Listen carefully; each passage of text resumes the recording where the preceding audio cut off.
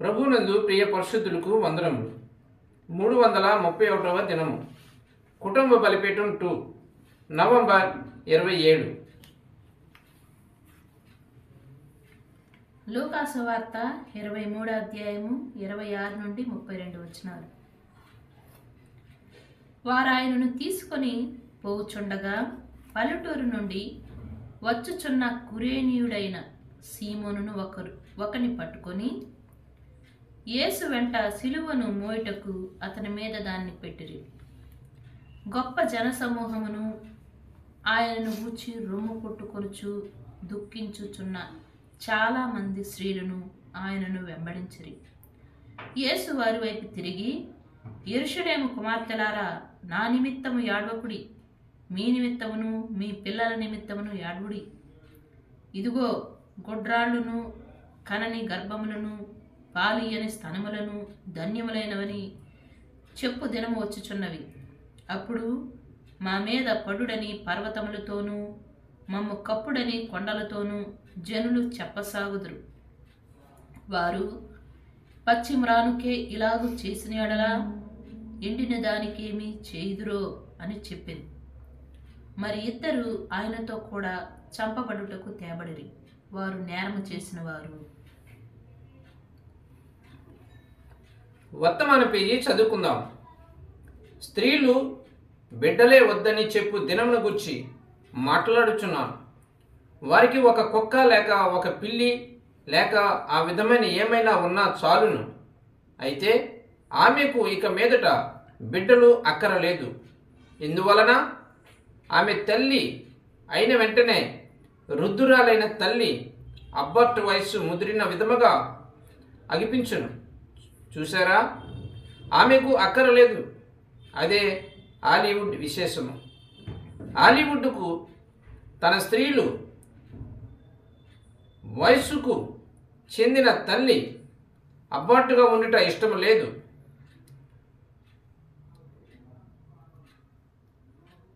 వయసు అయిపోయిన చెందిన తల్లి అబ్బాటుగా ఉండుట ఇష్టం లేదు.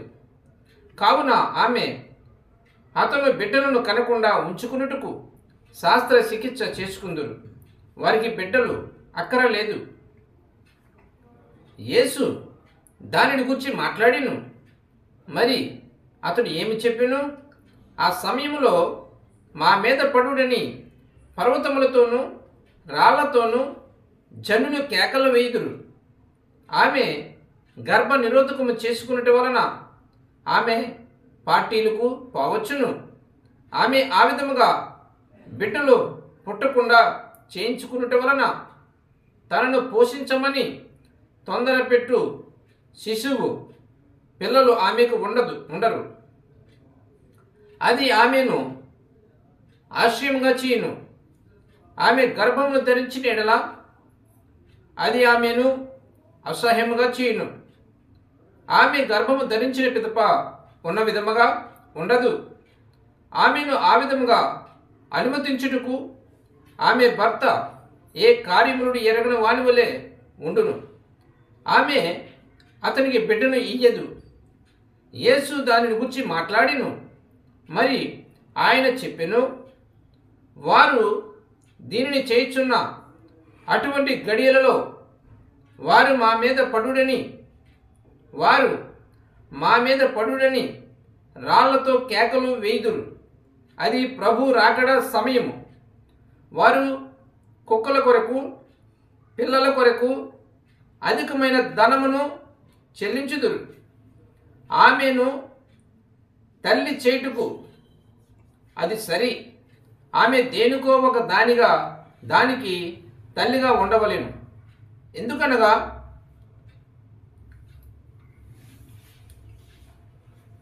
దేవుడు అది ఆమెకి ఇచ్చిన స్వభావము. నేను గమనించి ఉన్నాను. నేను పెద్ద వేట ఆడుదును. ఆకురాలు కాలములో ఒక ఎలుగుబంటి మగ ఎలుగుబంటితో కూడినప్పుడు అప్పుడు పుట్టిన కోణలు చిన్న పిల్లలు ఆమెకు కలుగుదురు. ఆ ఎలుగుబంటి పిల్లలు 100 పౌండ్లు బరువు కలిగి చక్కగా మంచి శరీర కొలతలతో ఉన్నవి. ఆ ఆడ ఎలుగుబంటి పిల్లలను చలికి ఒదిగి ఉండులాగున పండబెట్టును. ఎందువలన అనగా ఆమె ఇంకా అనేక పిల్లలను ఈనవలసి ఉన్నది. అది ఫిబ్రవరిలో పుట్టినవి. ఎలుగుబంటికి దీనిని గురించి ఏమీ తెలియదు. ఒక చిన్న గోనె సంచిలో అవి పుట్టును. ఏ విధముగా ఆ చిన్న గోనె సంచులను ఇప్పుకుని బయటకు వచ్చునో దేవుడు వాటికి ఆ విధముగా చేయులాగన చేసి ఉన్నాడు. ఆ పిల్లలకు దారి తెలుసుకుని వచ్చును. వాటి తల్లి దీర్ఘ నిద్రలో ఉండును. ఆ తల్లి ఆ నెల ఫిబ్రవరి నెల కావున అక్టోబర్ నుండి ఏమీ తినదు. అవి దాని చుట్టూ వచ్చి మే నెల సగము వరకు అది దానిని పోషించదు. అప్పుడు ఆమె తన పిల్లలను చూసినప్పుడు అవి చక్కగా మంచి శరీర కొలతతో చిన్న పిల్లలుగా ఉందురు. 15, 10 లేక పౌండ్లు తలా బరువు కలిగి ఉండును. వారు ఆమెను పోషించుదురు. ఆమెకు ఏ విధంగా పాలు వచ్చునో అది దేవుని కార్యము. ఆమెకు ఏ విధంగా పాలు వచ్చునో అది దేవుని కార్యము.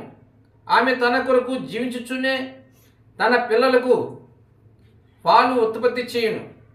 మరి ఆమెకు బిడ్డలు కలగకుండా ఉండినా, ఆమెకు ఏ చిన్న ఎలుగుబంటి పిల్లలు లేకుండినా పోయిన సంవత్సరము పిల్లలను వేటాడి ఎండాకాలమంతయు తల్లిగా పోషించును. ఎందుకనగా దేవుడు అది ఆమెకిచ్చిన సహజ బుద్ధి. ఆమె తల్లిగా ఎవరికో ఉండవలెను. మరి ఒక స్త్రీకి తన భర్త మూలంగా బిడ్డ లేని ఎడల ఆమె ఒక కుక్కనో లేక పిల్లినో లేక దేనినో తెచ్చుకును. ఆమె దేనికో తల్లిగా ఉండవలెను. అది వారి స్వభావము. అయితే ఇప్పుడు తన భర్తకు ఒక బిడ్డను కని ఆ బిడ్డను దేవుని సేవ కొరకు పెంచుట ఆమె కార్యక్రమంలో లేనే లేదు. ఆమె సమస్తమును ఆమె అన్నియు అది ఆమెకు అవమానకరము, సిగ్గు తెచ్చేడు సంగతి. దేవుడి పరిశుద్ధ వాక్యమును దీవించును గాక. ఆమేన్. వర్తమాన పేరు అదృశ్యమైన క్రీస్తు యొక్క వధువు ఐక్యత. అదృశ్యమైన క్రీస్తు యొక్క వధువు ఐక్యత.